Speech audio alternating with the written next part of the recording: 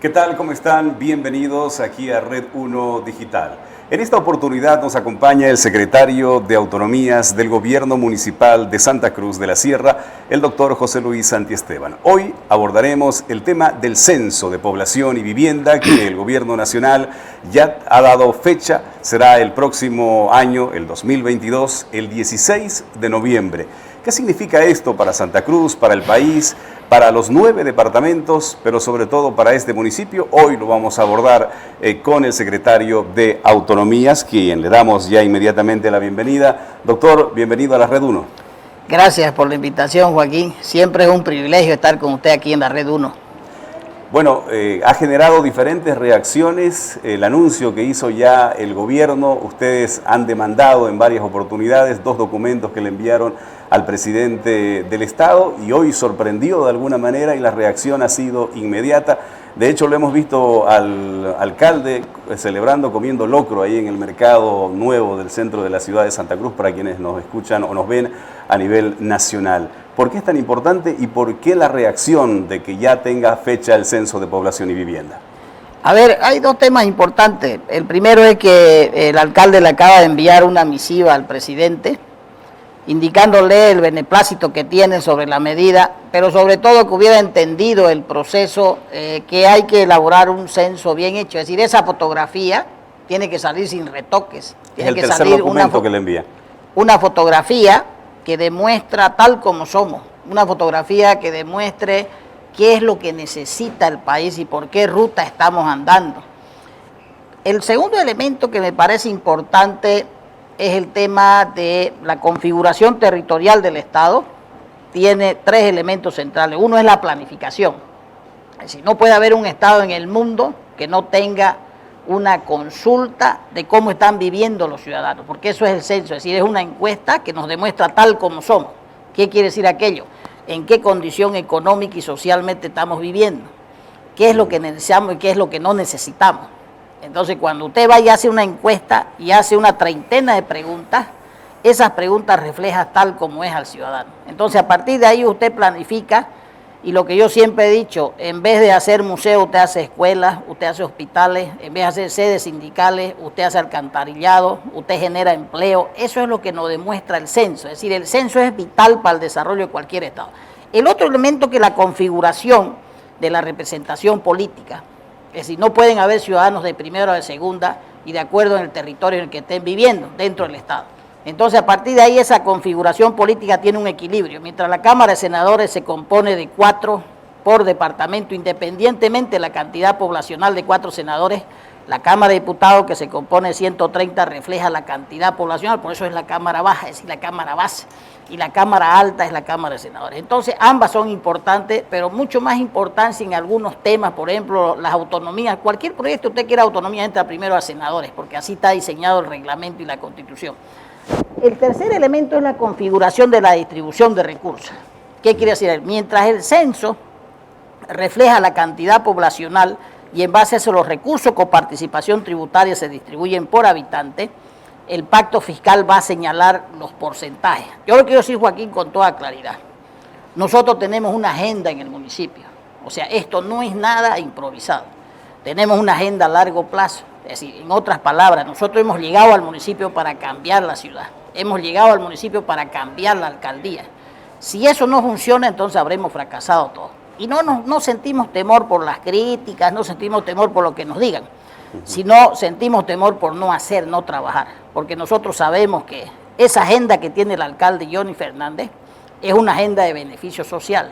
Quiere decir de que usted va a escuchar hablar de bonos, usted va a escuchar hablar de APP. Sí. La otra semana estamos presentando un proyecto de ley donde las APP van a ser la inversión top que tenga Santa Cruz con todas las empresas y solo con los empresarios. La diferencia que usted invierte es que aquí invierten los empresarios y usted le da seguridad jurídica. Así se desarrollan libremente. ¿Qué le genera eso? Empleo. ¿Qué es el censo? El censo nos va a demostrar tal como somos y el pacto fiscal la distribución de porcentajes. Y la recuperación del proceso autonómico, que es esa otra agenda pendiente que tenemos nosotros en toda esa agenda 2025 que estamos trabajando desde la alcaldía, es desmontar toda una estructura recentralizadora del proceso y de ahí empezar, ¿no es cierto?, a construir, o sea, una nueva estructura jurídica del país. Es decir, debemos hacerlo en los próximos 5 años. Y a partir de ahí, el censo, ¿por qué es vital? Es vital primero porque nos va a señalar una nueva configuración de una Cámara de Diputados y una nueva configuración en consejos municipales. Le voy a dar un dato. El consejo municipal, el municipio de Cotoca tiene más de 36.000 habitantes nuevos y tiene 7 concejales. Con seguridad va a tener 9 o 11 concejales con el censo, o puede tener 9. Eso es representación política. No es que se vaya a engrosar los órganos legislativos, ese no es el tema es que el ciudadano debe valer, es decir, debe valer por el voto que emite, por la cantidad de población, un hombre, un voto. Entonces, a partir de ahí, fíjese usted que el censo nos va a señalar las rutas para planificar todos esos instrumentos a mediano y largo plazo. Eso es lo que es el censo, es decir, que en la Villa 1 de Mayo nos enfoquemos en hacer pavimento, alcantarillado y seguridad, lo que la gente está pidiendo, que en el plan, le voy a dar otro dato, en los últimos 10 años, los distritos más populosos han dejado de percibir más de 2.000 millones de bolivianos, si estamos hablando de 300 millones de dólares. ¿Sí? Solamente no ingresaron por falta de reajustes intercensales al municipio del plan 3.250 millones de bolivianos. Y sí, estamos hablando de 35 millones de dólares. Doctor, ¿y en total cuánto es la deuda que el gobierno nacional le adeuda o le debe a Santa Cruz, al municipio de Santa Cruz, por la no realización del censo de población hasta el momento? A ver, le voy a contar cómo nace esto. El año 94 se aprobó la participación popular y una reforma constitucional. Gonzalo Sánchez Lozada, el expresidente, decía que había que achicarlo el Estado. Lo achicó el Estado y creó superintendencia. Todo el desarrollo económico se le llevó a la super y nos transfirió el desarrollo humano. Ahí nos dieron los hospitales, las escuelas, lo que antes no era, lo que antes era el nivel central. A partir de ahí nos dieron 20% de la coparticipación tributaria, 5% la universidad, 75% se lleva al nivel central. Estamos hablando de los ingresos solo tributarios. Entonces, a partir de ahí empezamos a trabajar y la participación popular estableció que la primera encuesta intercensal para reajustar los ingresos por población debió realizarse en enero del 96, no se realizó. Y no se realizó nunca hubieron encuestas intercensales. Hasta el 2001 que hubo censo, porque apareció un amigo, ¿no es cierto?, que es dañino en términos de administración del Estado, y aprobó una ley 2105, y esa ley 2105 derogó las encuestas intercensales, y se fueron acumulando desde el 2001 hasta el 2012, más de 300 millones de dólares, desde el 2012 hasta el 2020, ahora más de 300 millones de dólares igual, es decir, 2.000 y tantos millones de bolivianos que no ha ingresado. Entonces, fíjese usted que hay una deuda permanente acumulada. ¿Cuál es el próximo paso? Que cuando estemos discutiendo la ley del censo para fijar el día o para aprobar el crédito que va a asegurar los recursos para realizar el día de el 16 de noviembre del 2022, vamos a pedir el restablecimiento de las encuestas intercensales, por lo menos cada 5 años. Es decir, el año 2022 y el año 2027 debería haber encuestas intercensales con los datos del INE para reajustar los ingresos por eso. Salvo que cambiemos la distribución y que un pacto fiscal establezca en el país una nueva distribución de recursos, y sea por habitante, por pobreza, pero ya no solo la coparticipación, que si estamos peleando en este momento para que la coparticipación municipal no sea 20%, sea 25%, para que la universidad no reciba 5%, reciba 7%, para que los pueblos indígenas reciban 2%, para que la gobernación participe, porque fíjense que la gobernación es una de las más golpeadas, porque no recibe coparticipación, solo vive de regalías y los ingresos del gas. Entonces, por eso es que tiene serias deficiencias y su presupuesto es mucho menos que los gobiernos autónomos. Ahora, ¿le enviaron cuántos documentos al gobierno nacional como municipio exigiéndole el tema del censo a ustedes? A ver, cuando llegó, para que usted haga un buen censo, es decir, una buena fotografía, necesita por lo menos 1 año y 6 meses. Ya. En el mes de junio nos preocupamos porque el proceso de planificación todavía no se había dado inicio. En cambio, ahora con el decreto sí se da inicio. El 1 de julio le enviamos un proyecto de decreto supremo, que es el mismo proyecto que ahora se ha aprobado con algunas modificaciones, el día de hoy en gabinete a nivel nacional. Pero el 15 de julio le enviamos una misiva porque no recibimos respuesta al proyecto de decreto supremo y le decíamos que inicie un diálogo, es decir, para explicarle al presidente y a los ministros. Nos sorprendió ahora realmente que en gabinete se hubiera aprobado, pero no hay otro camino, Joaquín. Es decir, lo que hemos hecho es hacer el trabajo de impulsarlo y decirle al gobierno, mire, ¿sabe qué? No haga mayores esfuerzos, aquí está el decreto, se lo hemos hecho el decreto. Entonces, ¿qué es lo que resta de aquí para adelante con ese decreto? Lo que resta es conformar la gran coordinación.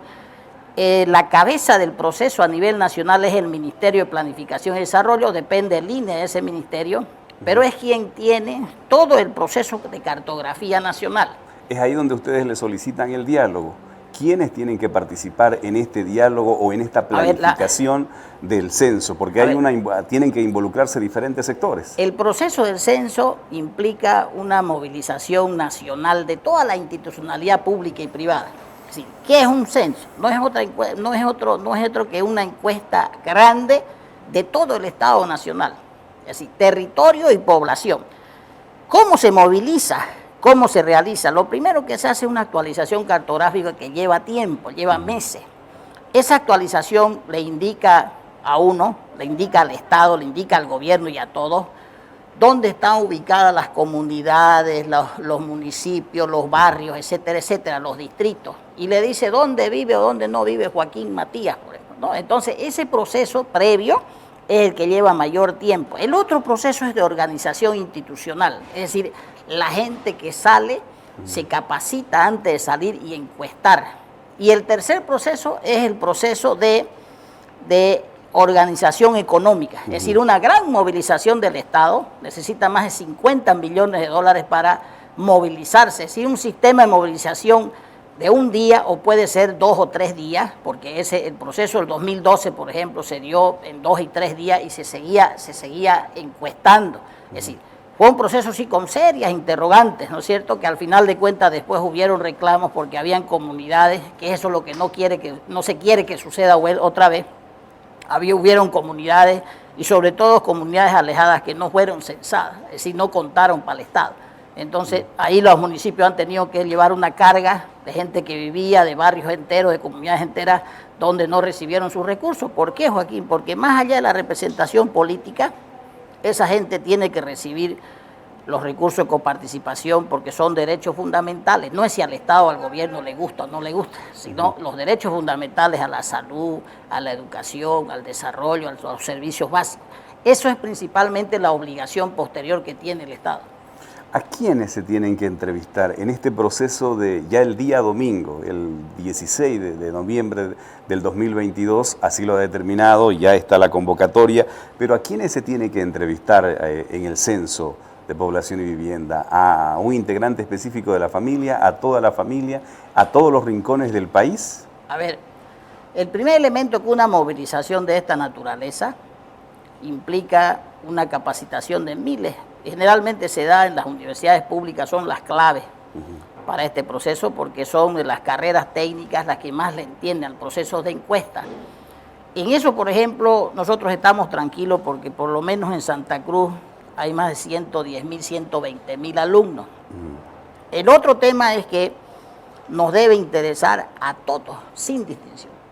A los que tenemos capacidad de raciocinio, a los que no, para entender de que el censo va a reflejar la fotografía de mi familia, qué es lo que necesita, qué es lo que no necesita y en qué condiciones económicas estamos. Es decir, fíjense que una de las preguntas es si tiene o no tiene empleo.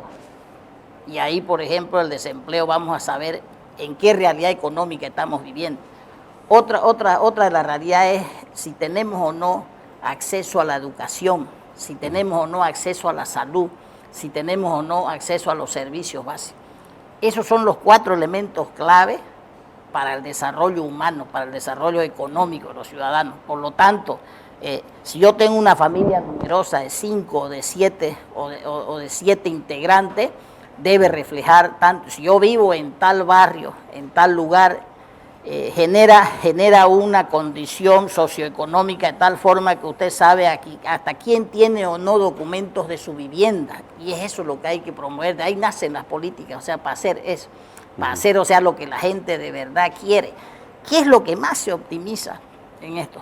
Es el uso y disposición de los recursos económicos. Es decir, usted gasta donde realmente lo necesario, donde realmente se necesita y no despilfarra recursos. Ningún Estado en el mundo ha podido avanzar si no es a través del despilfarro de recursos cuando no tienen censo ni sistemas de planificación integral. Doctor, usted a la introducción prácticamente de esta entrevista señalaba de que quieren ser eficientes, de que quieren generar una buena administración en el municipio de Santa Cruz. El resultado de este censo de población y vivienda, ¿de qué manera le va a ayudar a ustedes para poder tener esa mejor gestión? Que a la población, que al vecino de la Villa 1 de Mayo, del Plan 3000, de los lotes, le llegue los resultados de ese censo que obviamente diferentes instituciones o representantes de instituciones le han exigido al gobierno que se realice. Le voy a dar algunos datos y le voy a dar una primicia, Joaquín. Es decir, nuestro proceso de agenda política, por eso yo siempre digo, ¿sabe qué? Nosotros en la alcaldía no estamos de paso. Hemos llegado a reconstruir, estamos trabajando para reconstruir Santa Cruz. Por lo menos esa es la visión de mi alcalde, Johnny Fernández. Eso implica no solamente de que los datos que me arroja el censo en la ciudad de Santa Cruz me van a hacer gastar bien, es decir, me van a hacer meter alcantarillado, pavimento, escuelas, hospitales, no solo eso, sino en la reconstrucción, o sea, el proceso de autodeterminación y libre determinación de la ciudad. Hemos sido pioneros en construir autonomía. La segunda parte del proceso autonómico la vamos a ejecutar nosotros con el alcalde Johnny Fernández. ¿Qué quiere decir aquello? Voy a ser infidente. Estoy preparando una carta orgánica nueva para Santa Cruz. Pero la carta orgánica, Joaquín, no da desarrollo ni da riqueza por sí sola. Lo que hace la carta orgánica es generar una condicionante, como cualquier ley, que si yo no la hago gestión, no pasa nada. Entonces, a partir de ahí, una carta orgánica que le rediseñe políticamente la ciudad. Hemos sido pioneros en construir autonomía, ahora vamos a ser pioneros en construir libre determinación y autodeterminación. Su alcalde electo por voto popular, concejales uninominales. Ese es nuestro horizonte, ese es nuestro sueño municipal. Es decir, reconstruir el proceso autonómico municipal aquí en Santa Cruz de la Sierra. Es eso lo que vamos a construir, Joaquín. No solamente son datos poblacionales, que usted sepa que la Villa 1 de Mayo, que va a tener 300 o 400 mil habitantes, va a tener un subalcalde por voto popular. Esa es la visión a largo plazo de mi alcalde, Johnny Fernández. En eso estamos trabajando. Por yo le decir, uno de los elementos, o sea, del trípode de poder es el censo. Después viene el pacto fiscal y la reconstrucción del proceso autonómico, porque la carta orgánica por sí solo no le va a dar ni más competencia ni más recursos. Eso lo va a hacer el pacto fiscal y lo va a hacer el censo. Pero nosotros, mi alcalde va a hacer la libre determinación y la autodeterminación en los 15 distritos de la ciudad de Santa Cruz. Usted hablaba acerca de la alianza público-privada. ¿Los resultados del censo de población y vivienda servirá también para las iniciativas privadas o sirve para las iniciativas privadas? El censo nos va a medir, a pesar que eso es en noviembre de 2022, el censo nos va a medir el nivel de pobreza y dónde necesitamos mayor inversión.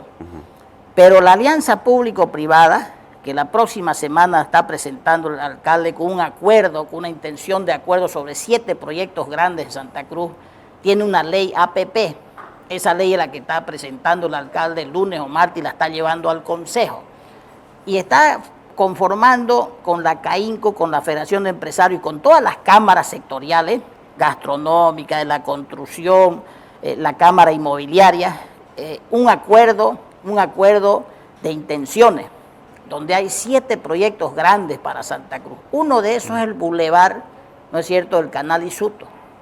Es decir, esa inversión que puede desarrollarse a través de la Cámara Gastronómica sobre encima del espacio aéreo del canal, ¿no es cierto? Y se pueden generar 1.000 fuentes de empleo directos o indirectos, 2.000 fuentes de empleo, porque va a ser un bulevar con boliches, restaurantes, etcétera, etcétera, y un paseo peatonal. Eso lo van a construir los privados.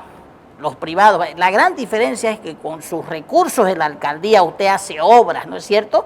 La gran diferencia del APP es que usted no pone un peso como Estado, le da las condiciones a los empresarios, ¿no es cierto? Se vuelve usted un regulador y fiscalizador y la inversión 100% privada se recupera en 5 o 10 años, hay ganancia, pero ¿sabe qué? Sobre todo la APP, la generación de fuentes de empleo. Eso es economía, esa es la visión de mi alcalde y esa visión es la que está plasmando la próxima semana y es un proceso de reactivación económica como estaba programado y está programado en los próximos 5 años. Pero los resultados del censo, ¿de qué manera podría ayudar en lo privado? ¿O no hay ninguna... Los resultados del censo nos ayudan, primero, a medir el nivel en este ámbito del APP, a nivel de medir el nivel de inversión que falta. Y segundo, el nivel de desempleo para acelerar el proceso de empleo. En este momento se trabaja solo en desarrollo humano y salud, con educación, más que todo salud, y se trabaja en la reactivación económica. Eso es lo que vamos a consolidar este mes de julio. La última, doctor, ya hay una convocatoria, ya hay una fecha de realización del censo, será el próximo 16 de noviembre del año 2022. ¿Qué corresponde a ustedes como municipio y al gobierno nacional? Esta agenda a la que usted hacía referencia, ¿cuándo se tendría que ya ver al alcalde, a los gobernadores? El día de hoy, el alcalde Johnny Fernández, el día de hoy, miércoles 21 de julio, le acaba de remitir una misiva al presidente diciéndole que está a la espera de que con beneplácito ha recibido el decreto supremo, dándole todo el apoyo técnico y logístico del gobierno municipal de Santa Cruz, al Ministerio de Planificación y Desarrollo y al INE. Y estamos a la espera de la convocatoria para que el proceso se lleve adelante de una forma coordinada. Es decir, necesariamente el Poder Ejecutivo a través de la ministra de Planificación nos va a convocar, vamos a planificar el proceso y le va a dar funciones a la cabeza del INE para realizar la agenda, es decir, la ruta crítica. Esa ruta crítica tiene 3 elementos. El primero es la organización institucional en los 9 departamentos, es decir, representantes, responsables del censo, ahí todos vamos a ir a trabajar y a producir, gobiernos departamentales, gobiernos municipales, universidades, pueblos indígenas. Y el segundo elemento es el tema de la ruta crítica de recursos, hay que asegurar los recursos. Y el tercer elemento es la preparación del día D. Independientemente de eso, el INE tiene atribuciones y competencias para actualizar la cartografía, para preparar todo el proceso de las encuestas. Hay que preparar esa encuesta, aprobarla, someterla a consideración y la coordinación, o sea, un trabajo muy duro, pero creo yo que hasta el 16 de noviembre podemos realizar un censo que sea impecable y que nos muestre tal como somos a los bolivianos y al Estado. Doctor, le agradezco mucho por estar en esta jornada aquí en la Red 1 y por supuesto con esta buena noticia que esperemos sea así no solamente para Santa Cruz, sino para el país. Gracias, Joaquín, siempre es un privilegio estar con ustedes aquí. De esa manera hemos conversado en esta oportunidad con el secretario de Autonomías del Gobierno Municipal de Santa Cruz de la Sierra. Gracias por su atención, hasta la próxima.